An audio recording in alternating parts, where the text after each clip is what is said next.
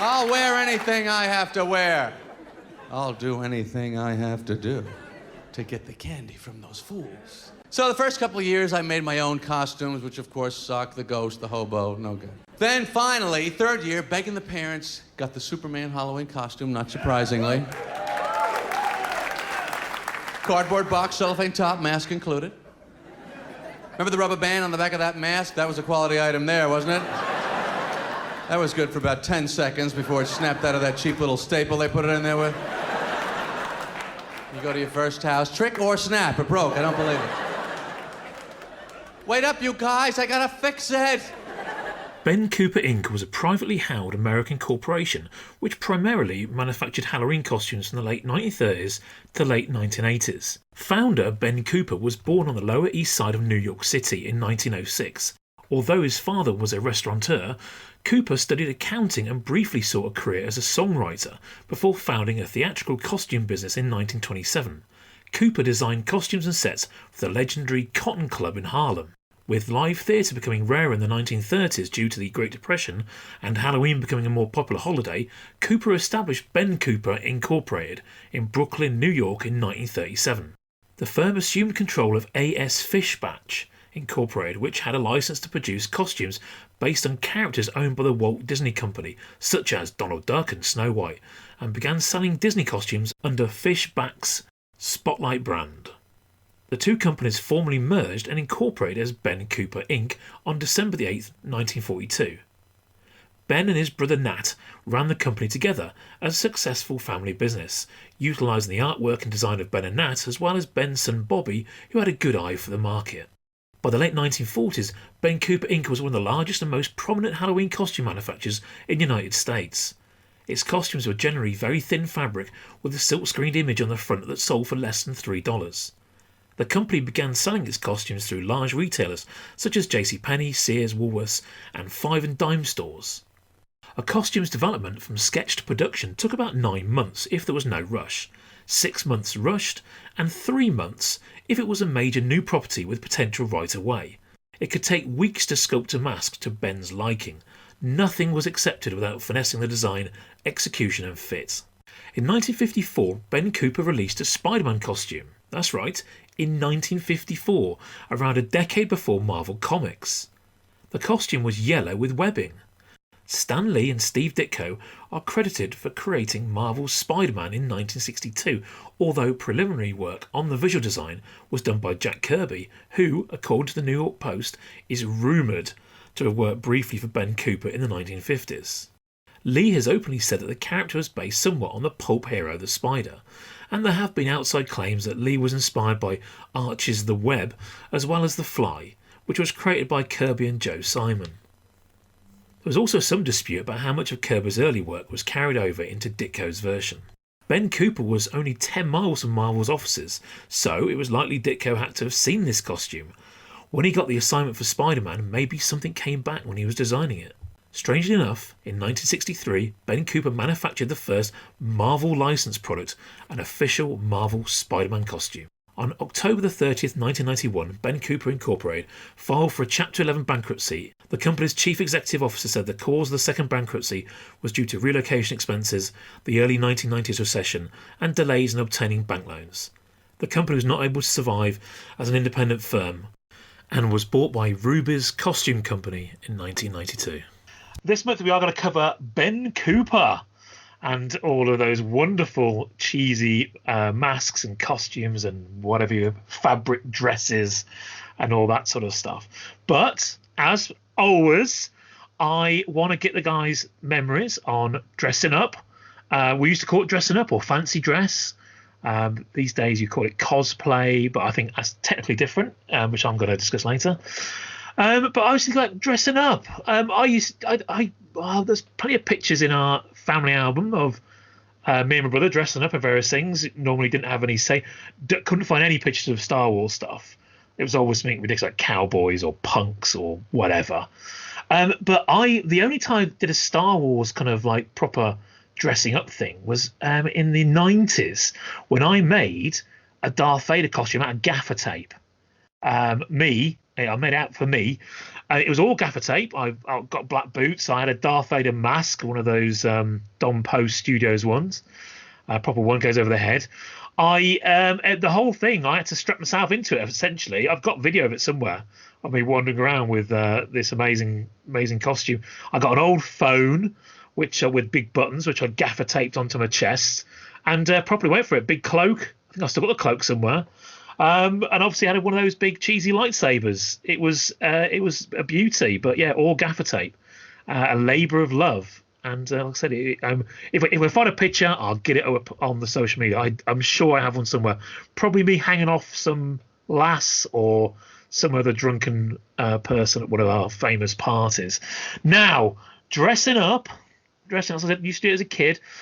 As per usual, I've got to go through the list. Preston, probably definitely, I would say. I would say Spoon, yes.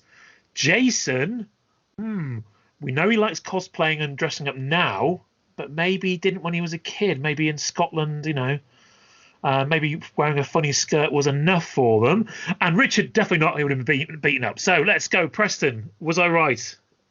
You were right, yes, Pete. Hey. Yes. Yeah, there's various embarrassing photographs of me in our family photo albums dressed in various items. I can remember a cowboy. I can remember a scarecrow, ragged clothes and hay hanging out of every orifice. Isn't that usual clothing of someone who lives in Yeovil anyway? Well, pretty much. There was a Star Wars costume. So there was I don't know whether it was a talent show or just a sort of entertainment show. But anyway, every year our primary school put on a show and you could audition, you could enter whatever you wanted to. And me and a few mates put on a little Star Wars skit, silly little thing. But I remember I was Luke Skywalker, so I had the tunic and I think I had a pair of my mum's tights in place of the leggings.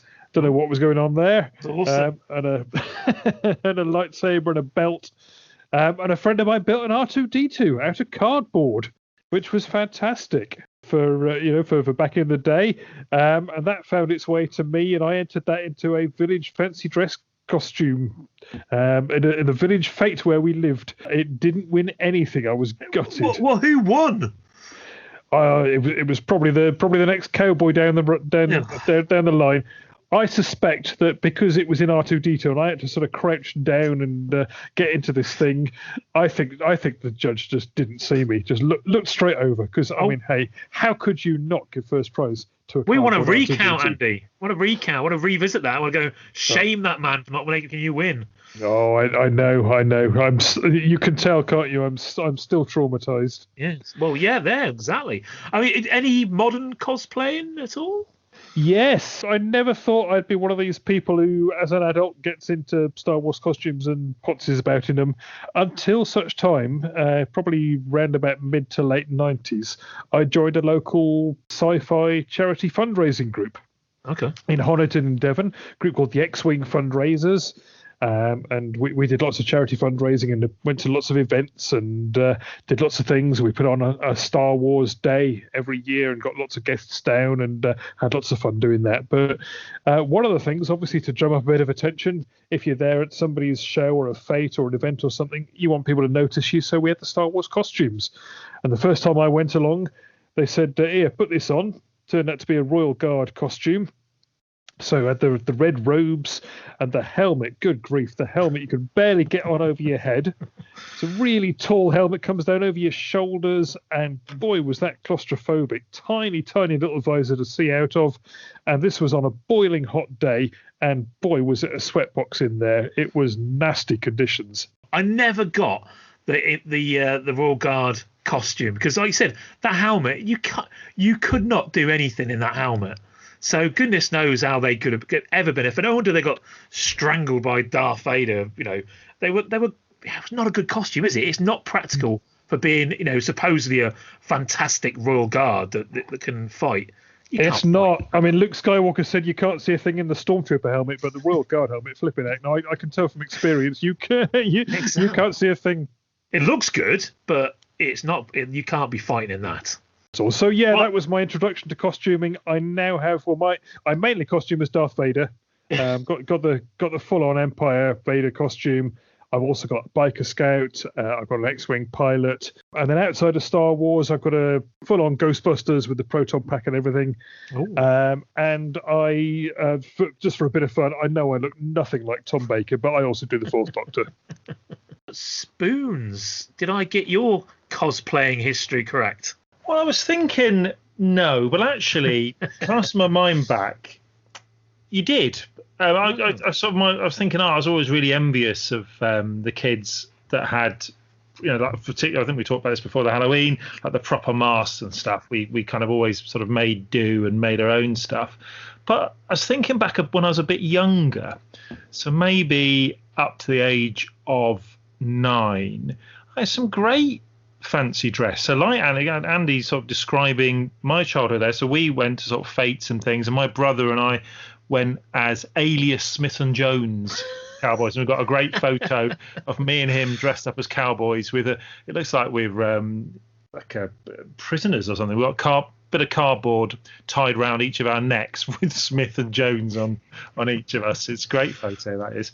But my absolute favourite dressing up was a NASA spacesuit. Oh, well, it's really fancy. Thinking, I had like sort of the corrugated, a bit like actually Power Droid's legs, that kind of that corrugated arms on it, and the sort of goldfish bowl helmet with the flip up front. It was absolutely brilliant. But I didn't have it that long as a full suit, because one night I left the trousers too close to my hamster cage. What? And in the morning she'd made a nest out of them. So the trousers disappeared. But the jacket, I remember wearing the jacket just hanging out, being cool. Nice. I don't think I had. Oh no, what else I had? A classic of any 70s, 80s child: the Zorro mask and chalk sword. Did anyone else have that? No. You basically, it was a little black mask to be like Zorro. Zorro Saturday Tea Times, brilliant. I used to love that. Yeah. And the sword had a chalk on the end of it, so that you could. So rather than him cutting a Z into things, you could chalk a Z onto things. I thought it was to protect you stabbing kids in the eyes. No. So you could chalk Z everywhere. It's great. It was. There's I wouldn't mind one of those now. It's a collectible. So that was another favourite, and army stuff. I think I had lots of guns and holsters, but I don't think I had sort of the actual outfits. But Star Wars wise, nothing. I'd have loved a Darth Vader outfit. Really would growing up. And to preempt you, and in later life, no. No, really. I absolutely. I've been to the odd fancy dress party. I absolutely hate them. I did go to one as Inigo Tinkle from the Carry On films. Do you remember him? It was the Carry On Up the Khyber. So I had a pith helmet on and things like that. There's a lot of effort, and my heart's not in it. Although I did go to Port Merion just before lockdown started, just over a year ago, and treated myself to a Patrick McGowan No. 6 blazer from the prisoner shop. Nice. That is a beauty. How much that cost you? It's horrible actually. It's this polyester thing. It costs a lot of money for a polyester jacket because it's got the prisoner label in. So that's in my wardrobe. Never been worn. I might wear it. I'll get myself a pair of light coloured chinos and go as a balding prisoner at some point. Well, he didn't exactly have a full head of hair, did he? But he had more than me. That's what's scary. He's younger than all of us probably when he did that now, isn't he? I tell you what, I used to be the king of dressing up. Right, the house used to when I used to live down in London, we had a party house, right, and every now and again we'd have a proper party. Now this wasn't just like have some mates around for a party. It got so big we had to leave the house and to a venue. We had to buy the next door neighbour a night in a hotel because it got so ridiculous. But these parties, we sold tickets for them to raise money to pay for the stereo system. We used to hire in a monster stereo system. We had hundreds of people. I think once we had 150 people in the house.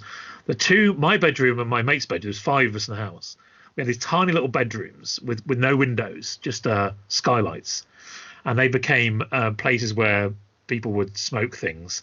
And the rest of the house, it was just full of people. And we had like a breakfast bar, just partying and partying. And I used to spend several days decorating the house. Once I even made, I had a cardboard torso. I don't know why. I just used to gather these things and made an alien enclave kind of thing, from Aliens.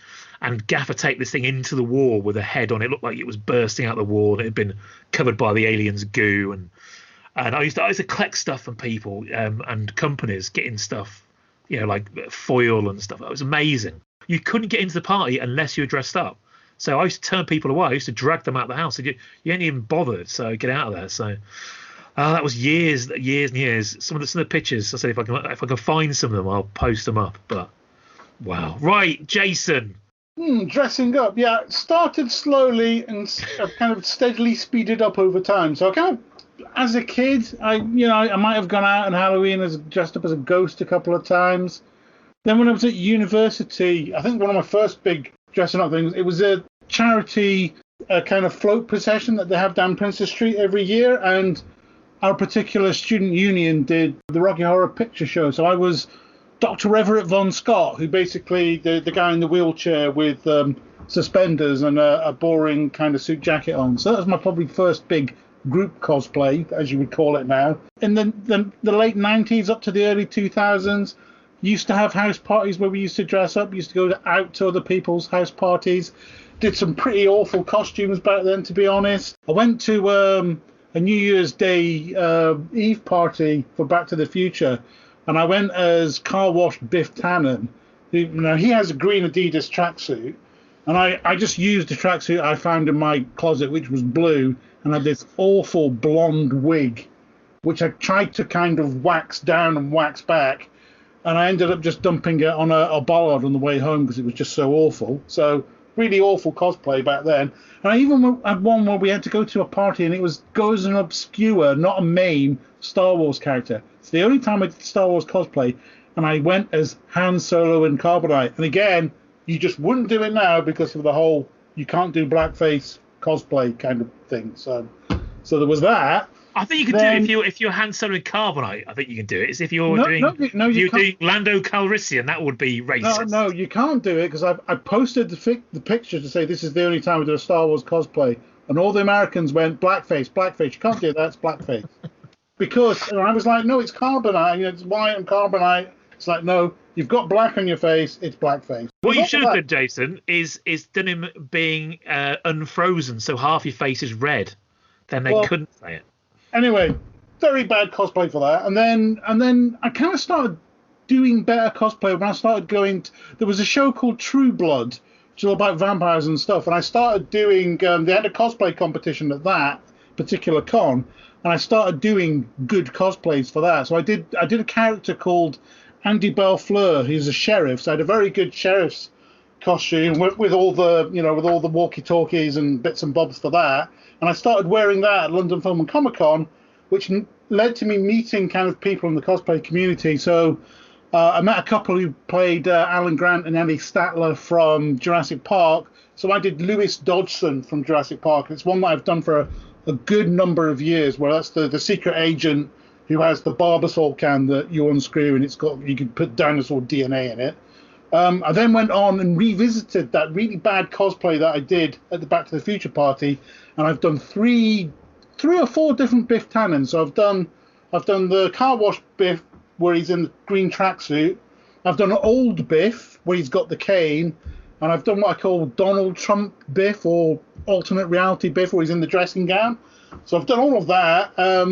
More recently, I've been involved in the London New Year's Day parade. They didn't do one they didn't do a proper one last year. They did one in the studio because of COVID restrictions. But the previous 3 years, I'd been in the parade as Shrek and Fiona with my wife. I'd been Wreck-It Ralph. That was a fun one to do. And the last one, year before last, I was Fat Thor from Avengers Endgame, which is one of the most fun cosplays I think I've ever done. I'm having a great time doing cosplay now. It's fantastic. Are you going to do Chris from Eggheads next year?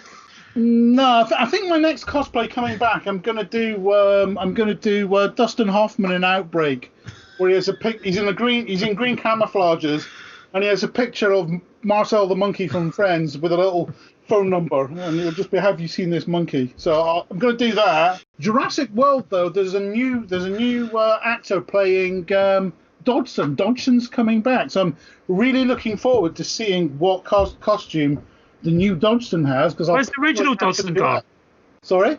Where's the original Dodgson gone? Is he dead? I can't remember. No, he went to jail for paedophilia, so we don't really talk about him anymore. Right. I think one word for Richard, and actually saying that, Richard, I've seen you in a costume. I sent a picture of you in kind of like a Panto costume. So you must have done it at some stage. That's correct, Pete. I think the first time I may have got dressed up would have been probably when I was about 30, 31.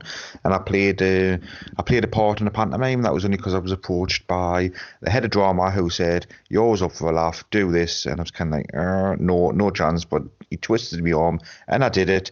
And then probably every Christmas since then I've been involved in a pantomime. And yeah, that's it. Other than that, as a kid, not a chance. Do you know, Richard, I've been in a pantomime. Oh, no, you haven't. Oh, yes, I bloody well was. It was painful.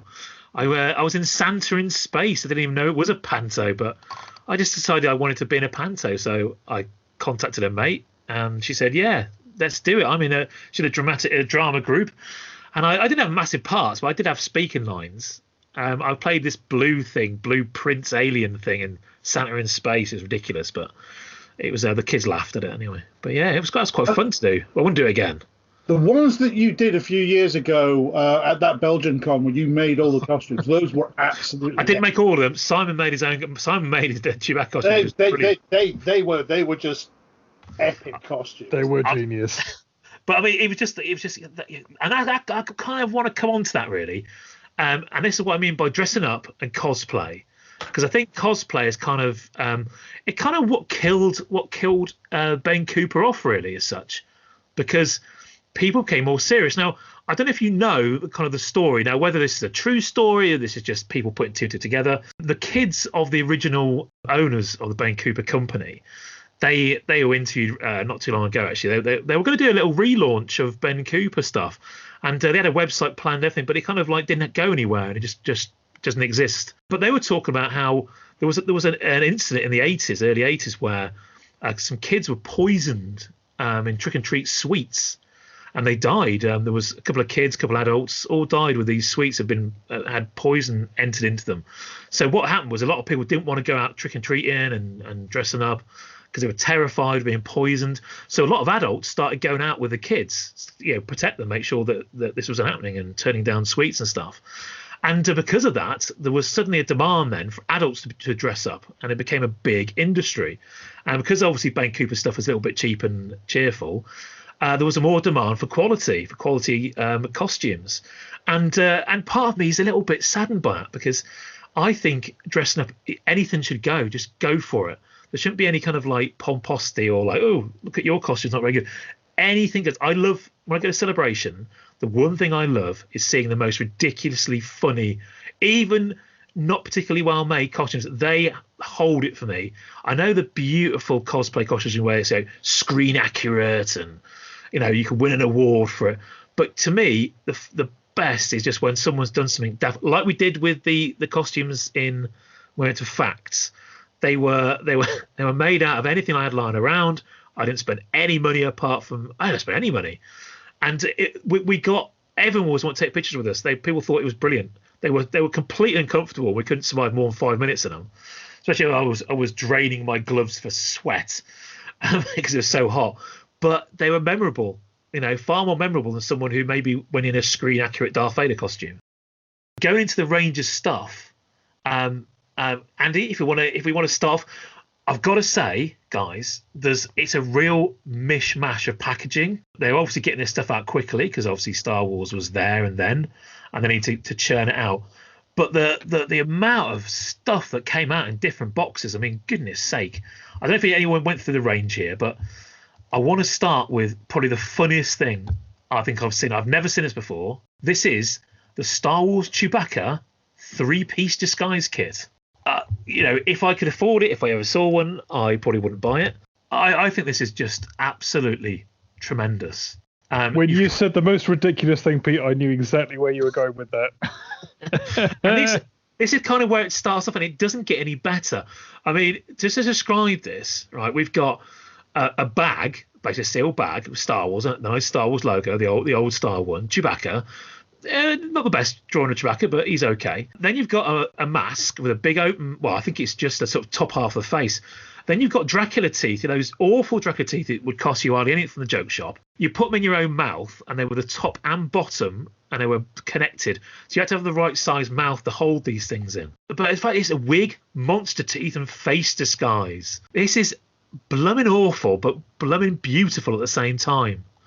What do you reckon on this? That is just tremendous. The monster teeth. Is this the only time Star Wars had teeth? Yeah, great for Halloween because that's just horrific, isn't it? Can you imagine? Have we got a picture of it out of the bag with somebody wearing it? No, I couldn't find anything. No, me either. It's for teens and adults. That's interesting, isn't it? I wonder if that's because of the size of the teeth. Maybe they don't fit in a child's mouth. Yeah, there's no way those are going to be allowed to go in a kid's mouth, are they? You'd be sued to high heaven. Yeah, I'm intrigued to see what the wig would be. I mean, the face disguise, I mean, that's obviously a plastic mask. And the monster teeth, as you say, they've recycled Dracula, haven't they? But the wig, I mean, how big's this wig? I mean, if this is a Chewbacca dressing up costume, is this a 6 foot long wig? I'm assuming by the lack of pictures of this thing that there just there weren't many of these around, but I would die to see what that wig looks like. I mean, a wig. Well, a 6 foot long wig, it wouldn't be Chewbacca, it would be Cousin It, wouldn't it?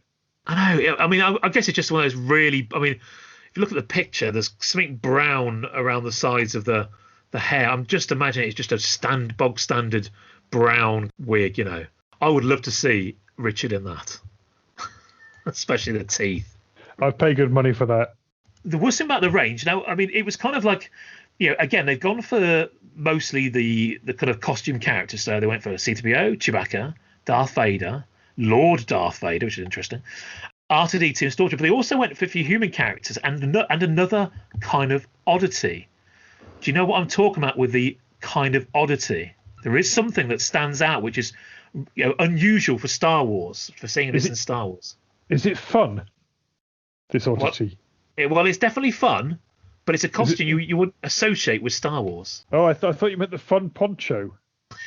Well, that's definitely fun. No, what I was talking about was there was a Boba Fett costume. Now, have you seen this? This is a silver masked Boba Fett. Not for Star Wars. Yes, for Star Wars. It came out in the Star Wars branding. Can you believe it? Oh, the Star Wars box with the Empire sticker. And it came out in 1979. 1979. Have a look at this. Have a look at this. This is what I was saying. Hang on a minute, that can't be true. But it came out according to this, 1979. First costume version with silver mask and image of rocket firing Boba Fett action figure on the chest. This version has the figure art in matte finish and a green and silver codpiece. Well, hey. Other versions are glossy with green and yellow codpiece. They're like on the cover. That is absolutely the best thing I've ever seen ever. I've actually owned that very briefly as a Secret Santa gift for someone a few years ago. It's lovely. The mask is really fragile. It looks it there. But this is what's so beautiful about all the Ben Cooper stuff. It's actually the fact they got the picture of the character on their chest. So instantly, even as a kid, I wouldn't have liked that. I want to dress up as Boba Fett. Boba Fett doesn't have a picture of himself on his chest, but but looking back on it now, that's the charm and beauty of it, isn't it? Because it is so absolutely naff. It is, but it just goes to show how pre-Boba Fett film it was, because it's got a shiny silver mask. It's from the action figure, as it says. It is just mad. It's a bizarre thing, but it's almost perfect. If it wasn't for the Boba Fett doing a kind of like hand fist in the air, in that sort of sparkly thing, that would be, well, it's still pretty cool. But the mask is amazing. Do you think that the archive's got its dates right on this? Because the comments say that it's the rocket firing figure. It must have come out very soon after. So rocket firing Fett was coming out just before Empire, wasn't it? So this must have come out just after that to be a Star Wars issue rather than an Empire Strikes Back issue. I don't know. I know that if something was licensed, as in the brand was licensed, they just put the date in there, and that would just be for every single date. Even up to a modern age. But it is just that must be one of the first Boba Fett things. Yeah, the boxed one that they've got on the archive, that's in a Star Wars box, but it's got an Empire sticker on it. So I imagine, like the action figure, because obviously Fett was introduced early in the holiday special. It may be one that was sort of rushed out as one of the first Empire collectibles. So perhaps it did come out ahead of the main Empire line. Well, the one on here it's in a Star Wars box, but I mean they could use that across the board. I mean the Star Wars box it's very generic. It's just Star Wars with costume and mask. That's all it is, with the kind of Hildebrand design of Luke with Leia in that format, with a kind of a spangly, multicolored kind of spacey effect behind them. So yeah, I mean, and this is why I talk really about the boxes. There's so many kind of shove it in a box. There's all sorts. Most of the time, the only thing that was different about the box was they printed on the white space on the bottom of the box. They printed what it actually was. So because you had so many different sizes, you had medium, small, whatever. Golden Robot C-3PO, medium sizes. Kids aged 8 to 10. Fits child 47 inches to 52 inches tall. So that's pretty big. That's a huge child. Now, out of that Star Wars range, anything that takes your fancy? Oh, definitely the R2-D2. I absolutely love the R2-D2 one. I mean, R2's not an obvious choice for a dressing up costume, is he? Considering his size and his shape and so on. No. But what you've got is a silver face mask, which is in kind of a domed shape. So on the top, you've got R2's panels, the sort of 6 panels that he's got on the top of his dome. Then you've got a little eye slit, and you've got the sort of data port, so the sort of lozenge shaped thing that's on R2's dome. And then around the bottom of this mask, you've got R2's other markings on his dome. So you've got the light that flashes red and blue. I mean, it doesn't flash on this mask, obviously, but great if it did. Well, wouldn't it? But you've got that, and you've got a little circle representing the holo projector and little rectangles and so on. So it's all there, but just bizarre to have that on a mask designed to fit on a human. And then, as Spoons was saying, you've then got a sort of smock type thing that you wear with a big picture of R2 on it. So you've got your mask with R2's head, and then right underneath that, you've got a picture of R2's head with the rest of R2's body. Got trousers. And some trousers. If you're wearing this to look like R2-D2, then I think you're going to be rather disappointed. I think you need the picture on that one, though, Andy, for anyone to know that you're meant to be R2-D2. It's that poor a rendition. Now, Pete, I know which one you're going to like. You're going to go for the Leia, aren't you? What do you make of that one? Well, yeah, it's definitely challenging. The Leia, I wouldn't mind getting a Leia face mask, actually. That would be pretty cool. I don't know if they're hard to get hold of. But yeah, the costume, the belt is kind of similar to the original belt, but the rest of it's got polka dots. It's got a rather saucy. It's kind of like a, I don't know, 1950s kind of style Princess Leia face on it, since it's saying Princess Leia. It doesn't look like it's been done in like 5 minutes. It's kind of like a dress kind of thing. Again, the Hildebrand image again with Luke with his lightsaber over his head in a red kind of flashy design. I want to know what the ninja is doing on the dress. Can you see the ninja? Yeah, bottom left. Is that Chewbacca or is it a ninja? I think he's next to a stormtrooper, isn't it? So I think it's supposed to be Vader, but that's a ninja. That's a space ninja. I'm sorry, but it just is. That is an oddity, isn't it? I need to see a better picture of that, but that is, not quite sure about the dress, but the face mask is pretty cool. Pete, that one, I've always wondered where this sort of tradition of Halloween of wearing non-scary outfits comes. I think it started with that Princess Leia outfit. She looks more like Julie T. Wallace from Life and Loves of a She-Devil. Do you remember that? Oh, yeah. She looks the spit of her. It is absolutely terrifying. I think kids started wearing that, and then it just caught on that you could wear kind of non-scary outfits for Halloween, although that one was horrific, what wasn't meant to be. I think human masks is not a good thing. I don't think I've ever taken off personally, but because they just don't look right. Because if you've got a fat face, you're going to make the mask look fat.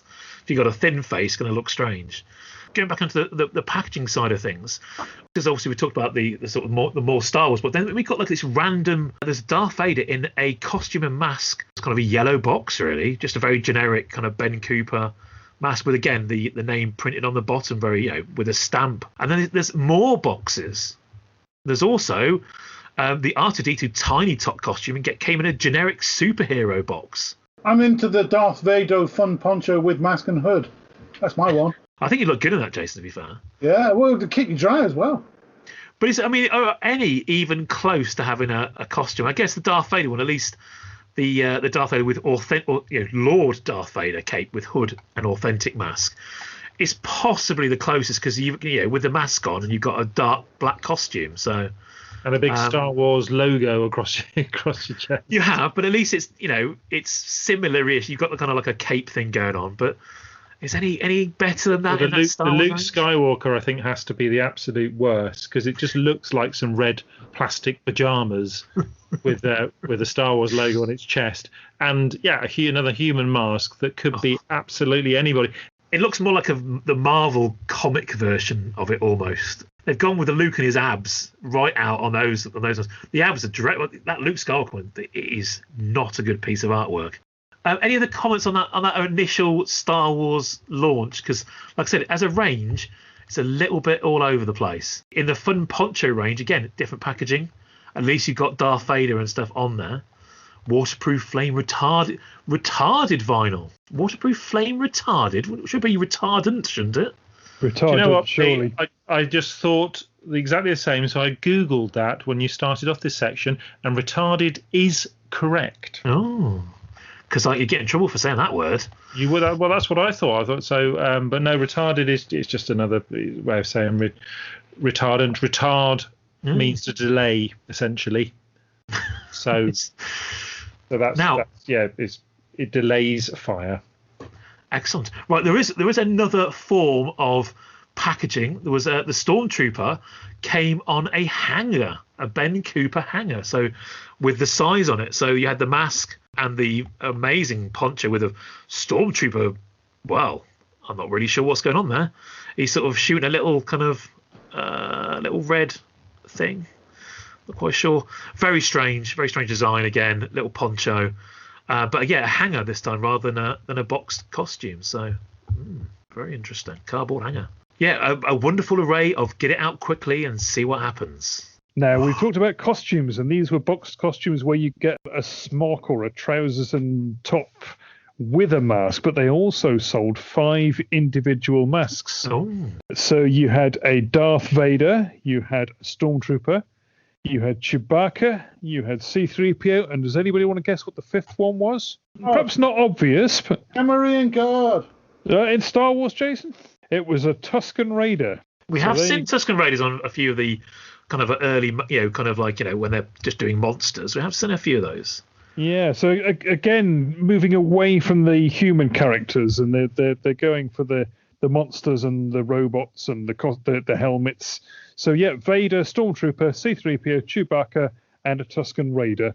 Quite garish colours, quite big bright eyes. Vader's got big circular eyes with white surrounds. He looks very surprised, Vader does. He does look shocked. He looks, oh my goodness, I'm in a mask. I've got to say, though, the Tusken Raider is brilliant. That's quite good. That's the best of them, isn't it? Chewie looks like a little Pekingese. Looks very, very cute. 3PO's got big red eyes. I don't know what's going on. Has he been up all night on the sauce? Or? Well, apparently, there's 4 versions. He's got. They must have kept adding paint to it and not getting it right. But he's got bright red eyes, dull red eyes, and large eyes. There's one with him with enormous eyes. And interestingly, these same masks, I know we're talking about Ben Cooper, but these 5 masks were also sold here by Palitoy. Oh. We've seen display boxes. There's photos of display boxes in some of the Palitoy product catalogues and in a photograph from the 1978 Toy Fair. Whether display boxes actually made it to retail shelves, we don't know. likewise don't know whether Pelleto actually put their own branding on these masks, because everyone I've seen turn up in the UK with a label on has the Ben Cooper label. So whether Pelleto were just importing these with the Ben Cooper label and sticking them on shelves, I don't know. But it's definitely the same 5 masks. And I know definitely because I've still got the Stormtrooper and C-3PO and Darth Vader that me and my 2 brothers had as kids. Oh. And there's a nice memory with that. I can remember when we were given these masks, it wasn't just, here you are, have these. We were called into the hallway, and coming down the stairs was a vision. My mother wearing her black opera cloak. That sounds very posh. We didn't go to the opera, but for some reason she had a long black opera cloak and a Darth Vader helmet, making the breathing noise. What? All in one. It was one of the most exciting and one of the most disturbing things I think I'd ever seen in my life up until that point. That would have killed me as a kid. Been brilliant. So yeah, there we go. My mother as Darth Vader. That was the first introduction to Star Wars masks I had as a kid. There's a headline for a book. My mother as Darth Vader. The exclusive insight into Andy Preston's collecting life. It's scarred me for life. Oh my goodness, I just realised there's another box in the original Star Wars line. This one is, I'm not sure you can really call it what's said on the box really, but it's a Stormtrooper playsuit, and it says sturdy playsuit. But there's no Star Wars on the box. There's a majorette on there. There's a kind of like a Evel Knievel looking thing. There's a rubbishy Superman, a crappy Batman, a naff Spider-Man, and a nurse. Interesting. So obviously only girls want to be nurses. Must be another generic box, I guess. I don't. They've obviously found the Stormtrooper in it, but I guess some of the other characters might have been in there as well. Exactly. But it's probably this might well be the closest of any of them. So it's a white playsuit with Star Wars on the front of the Stormtrooper. The mask looks all beaten up. There we go. It's actually a white jumpsuit, so at least it looks a little. If he had a gun, that wouldn't look too bad actually as a Stormtrooper. Not the worst one out there.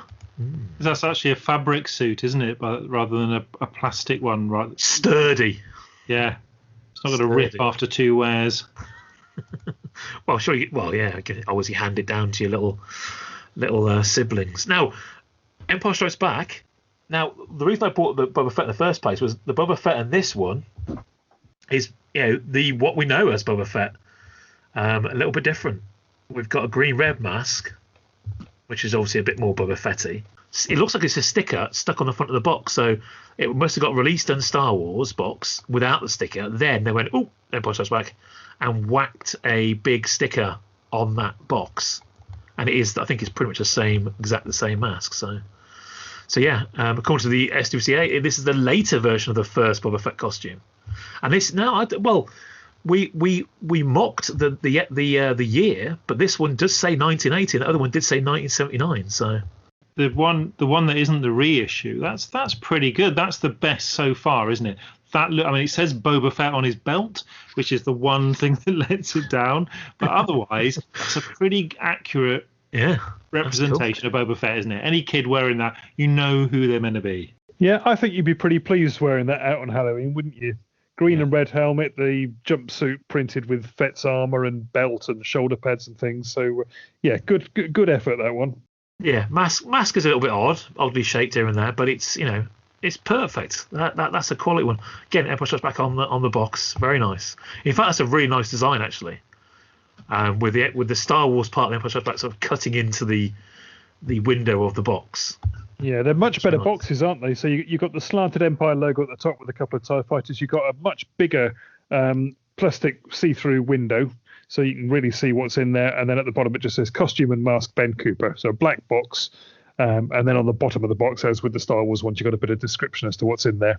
The Chewbacca version of this is pretty cool. The mask is really cool. Not sure about the rest of the costume. It's a little bit cheesy with a picture of Chewbacca on his own chest, just in case he forgets what he looks like. But at least it is hairy with a bandolier. It looks like it's been done in felt tip.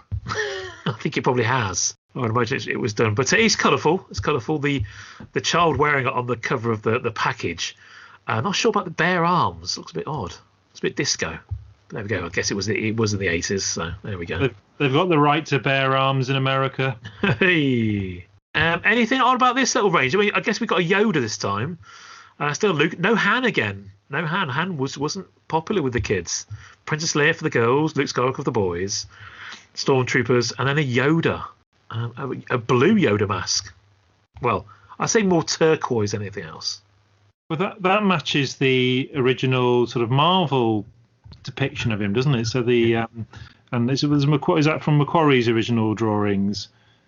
So you wonder if that's come out slightly before the film. Maybe the design certainly based on earlier artwork rather than the actual stuff. It came out in 1980. Obviously, the film came out the same year. They wouldn't have had a great, heads up, would they? They wouldn't want to get this out too early, because I believe Yoda wasn't spoilt, so this would have come out. They probably got it done just before, and then probably changed it to green when it was out, I'd imagine. But yeah, you'd think that they just had sketches and images and stuff, because the costume does get greener later on. Very green Yoda costume. They could have made a lot more fun out of the Yoda one.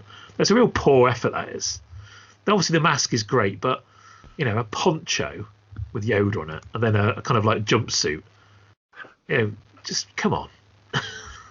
Not even a stick. Not even a stick. Shocking. And then we had there was a few of these in generic rainbow boxes. This is a fantastic box. You got a Stormtrooper in a rainbow box, again, just their normal generic line of stuff. Whack it in a box. I wonder why they had boxes. I mean, these days you see a lot of costumes which are hung up, aren't they? They come on the hangers in places like Disney and stuff. You don't see them in boxes anymore. They're just all hung up. Do you remember your football kits used to come in boxes too? I remember getting an Arsenal kit as a lad, and it would come in a sort of big flat cardboard box with your shirt, short and shorts. No, I never had a football kit as a kid. No, never had one. Oh, those boxes were the things back in the day. I didn't even know they did replica shirts that long ago. Yeah, this would have been. So my first one was still the horrible sort of itchy polyester shirts, and it was the away ones, and it had it must have been 78, 77, 78, something like that. Maybe a little bit older. It was just plain yellow, no sponsors in those days, with collars and a filled in V. So it would have been 78. That came in a box, and then I got one. So that must have been early 80s. Another away kit, so yellow, but it was the shiny material then. But I can't remember whether it had JVC on or not then. Possibly not. And I'm sure that came in a box as well. Nice. I think the best one of this range, though, may well be the Luke Skywalker as an X-Wing pilot costume. Because apart from having to remind himself of his own name on his kind of tunic, it's pretty cool. You've got the kind of life support system, straps, belt. There's a white tunic bit. If you walk around in that would actually look pretty good. And I would say that actually this is where the name works. It does say Luke Skywalker on his chest, but if you've got a military uniform, you think about Jez. Good call. He's got Jez on it. I bet he's got Jez on a label somewhere on his flight suit. 2 on hangers, weren't there? There was this one and then Leia Hoth outfit. Leia Hoth. That's a pretty cool one as well. Seems to start quite well at the top. Again, with her name on it. And it's that little padded kind of material. Then it kind of just gives up. But still, yeah. Leia Hoth costume. I think the name works on that one as well. Yeah, absolutely. It does. Actually, the mask is pretty good, actually. Again, that's another mask I might get. That's pretty cool. Big eyelashes. Massive. Big, like, caterpillar eyelashes. They're slightly getting better. Now, according to this, there was Revenge of the Jedi costumes. There were, but I don't think there were Revenge of the Jedi boxes. I think the Revenge costumes came in return boxes. Am I right? What makes them Revenge outfits? On the front of the playsuit, you've got the Revenge of the Jedi logo. Well, I'm just looking at Ackbar, and on his belt, it says Return of the Jedi. Clarty's got Revenge on his in a silver box. There were different versions put out. So they put out the Revenge version, and then obviously they must have updated it to Return. So you can get Ackbar, Gamorrean Guard, Klaatu, and Wicket with the Revenge logo. And then they did lots more characters with the Return logo, as well as updating those 4. they're definitely more detailed kind of costumes, but instead slightly ruined by the having to put pictures of the character on the costume. Wicket one looks pretty good. You know, it's got the kind of furry thing and that kind of leathery sort of helmety patch on the body as well. So yeah, there is definitely improvement coming. Gamorrean Guard's pretty cool. I've got to say, it's just a shame they just weren't confident with making the legs green. They've drawn legs on the legs. It's a bit of a shame, but I guess it will still look pretty cool. I mean, that is a decent little costume, actually. You have to paint your arms green, though. And then into Return of the Jedi, which is nice. Again, still no Han Solo.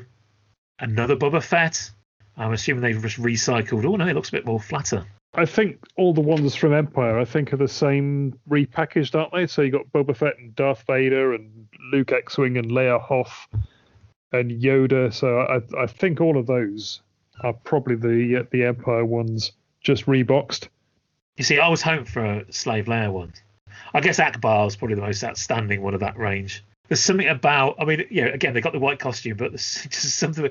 Yeah, they really should have gone with the red arms, because the big red arms would have been really, really cool on that. But the Ackbar mask is just fantastic, isn't it, with the big red goggle eyes? But his top looks like he's wearing a bib from some kind of lobster restaurant. That's shocking. Admiral Ackbar's eating Admiral Ackbars. Oh no, that's terrible. Yeah, I think you've nailed that there. That's definitely a bib, isn't it? That's why his mouth's open like, I can't believe you brought me to a lobster restaurant, Han Solo. Is it a bib for tuna? Oh, that's very good. Yeah, it's definitely for tuna indeed. I think it's a cool little range. I think if you had these to display, obviously if you had them loose, I think that would look really cool on a wall, just the masks. Goodness knows what state those costumes would be in now if you've ever been worn. They couldn't have lasted very long. So Andy, are you the only person who owns any of these? No, none of these, because obviously these are American. I go for the British stuff. We had our own range, so we had, as I mentioned earlier, Palatoy reissued the Star Wars masks. There wasn't anything for Empire, but then a company called Ackbar released quite a range of masks and then boxed costumes in the UK. So I've got quite a few of those, but no Ben Cooper stuff. You didn't get the Palatoy re-releases then of them? I've got the 5 masks. So you do have some of them then. I do have some of them, yeah. Yeah, that was my question. Not the boxed ones, no. The little mini range at the end of slightly different masks. These $1.29 masks. Gamorrean Guard mask looks really good. Tusks are sticking right out. The Klaatu is very good in that one as well, isn't it? So these were released in 1983. I don't know what makes them any different, but I guess it was just the final kick. Actually, the Wicket one's good as well on that as well. That's a really good mask. Yeah, and the only other thing mentioned on SWCA is just a Ben Cooper product catalogue, there's not many images of it, but that's about it. I don't know whether they did any shop displays. They probably didn't need them, did they, really? Why would you need a display when you've got them on display? You can see them in all their beauty. And Andy, I'm fairly sure I had the equivalent Ben Cooper Batman and Spider-Man masks as a kid. Would that have been Palatoy issue for those as well, or did we have any Ben Cooper over here? I have no idea. No, that's going beyond my area of knowledge completely. I've just googled Ben Cooper Batman, and if you do that, the image of the Batman mask with the Batman logo on the top of his head, again, he's quite clearly Batman. It doesn't need a Batman logo on top of his head as well. That's just brought it all back to me that I definitely had that mask, and the Spider-Man one with the big black eyes had that as well, or near as damn it. So yeah, I wonder who would have made that in the UK. Yeah, could well have been imported or had a license to make them here. But as I say, for the Palatoy ones, I mean, I've been trying to find something that's got a link to Palatoy, but they do come up reasonably often. I mean, they're not easy to find, but they're not rare. Every single one that I've seen with a label inside has been Ben Cooper, which makes me wonder, either they've all been bought up by collectors here and had them shipped over and they've sort of got out into the wider market, or they were sold here with the Ben Cooper tags in, which I think is the more likely scenario. Yeah, you think if Palatine did it, other companies would have taken advantage of it, or just bought them, because they're so cheap, aren't they? You're not like going to take tons to ship these over. They're so lightweight and they stack, don't they? You can stack one inside the other and get loads in the box. Apparently, they did an alien mask as well. Oh wow! Which I'm dying to find. That would be absolutely phenomenal. It always amazes me how much Alien was marketed to kids, bearing in mind it's an 18 movie. I've got another mask story for you. Here's another one. Someone who I see lots of football, I know him, I've worked with him a little bit on some football stuff. He went on Dragon's Den with a mask company, just cardboard masks. I've got a few of his Ray masks, actually. He went on Dragon's Den. They laughed him out the room.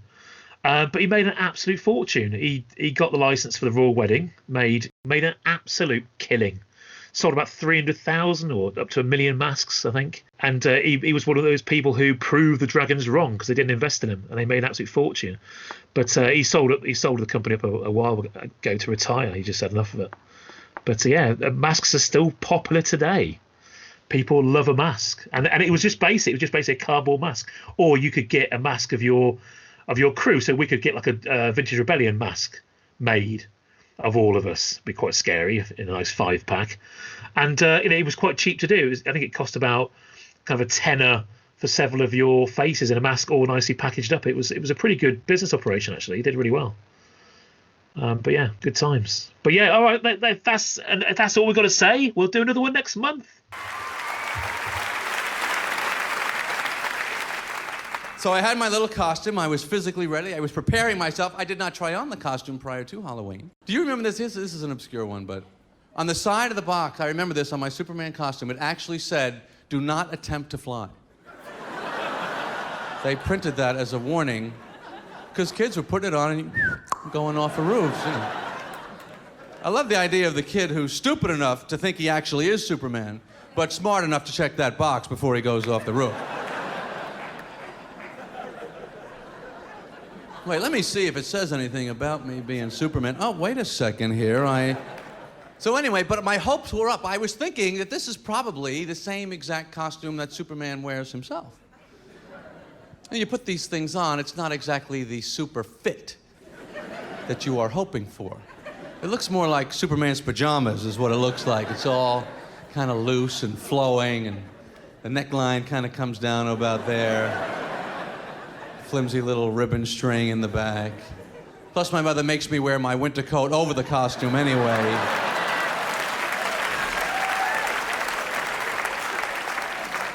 I don't recall Superman wearing a jacket. Not like I had cheap corduroy, phony fur. Boy, I'm Superman, but it's a little chilly out, and I'm glad I've got this cheap little 10-year-old kid's jacket. So I'm going out, I'm trick-or-treating, but the mask, the rubber band keeps breaking, it keeps getting shorter. I'm fixing it, it's getting tighter and tighter on my face. You know when it starts slicing into your eyeballs there and you're trying to breathe through that little hole? Getting all sweaty. I can't see, I can't breathe, we gotta keep going, we gotta get the candy. And a half hour into it, you just take that mask, oh, the hell with it! Bing bong, yeah, it's me, give me that candy. Yeah, I'm Superman, look at the pant legs, what do you care?